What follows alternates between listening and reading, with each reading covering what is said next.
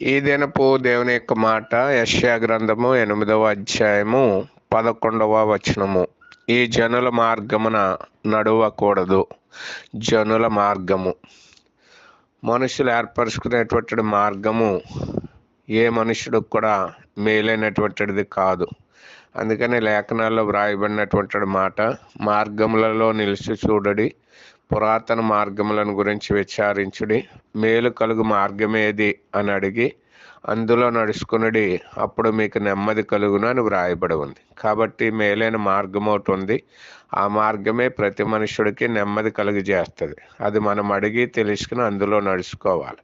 అంతేకాని మనుషుడు ఏర్పరచుకున్నటువంటివి మార్గాలు అనేకమైనవి. అవి ఏ మార్గము కూడా మనుషుడికి మేలిసేవు. ఏంటా మేలైన మార్గం అంటే, దేవుడు చెప్పిన మాట. యేసు చెప్పాను, నేనే మార్గమును సత్యమును జీవమునై ఉన్నానని చెప్తున్నాడు. మార్గమైన యేసుక్రీస్తు అనేటువంటిది ఆ మార్గంలో నడుచుట ద్వారా మనం మేలు పొందుతాం. ఆ రీతిగా ఆ మార్గంలో వెళ్ళి దేవుడిచ్చి మేలు పొందుదుము గాక.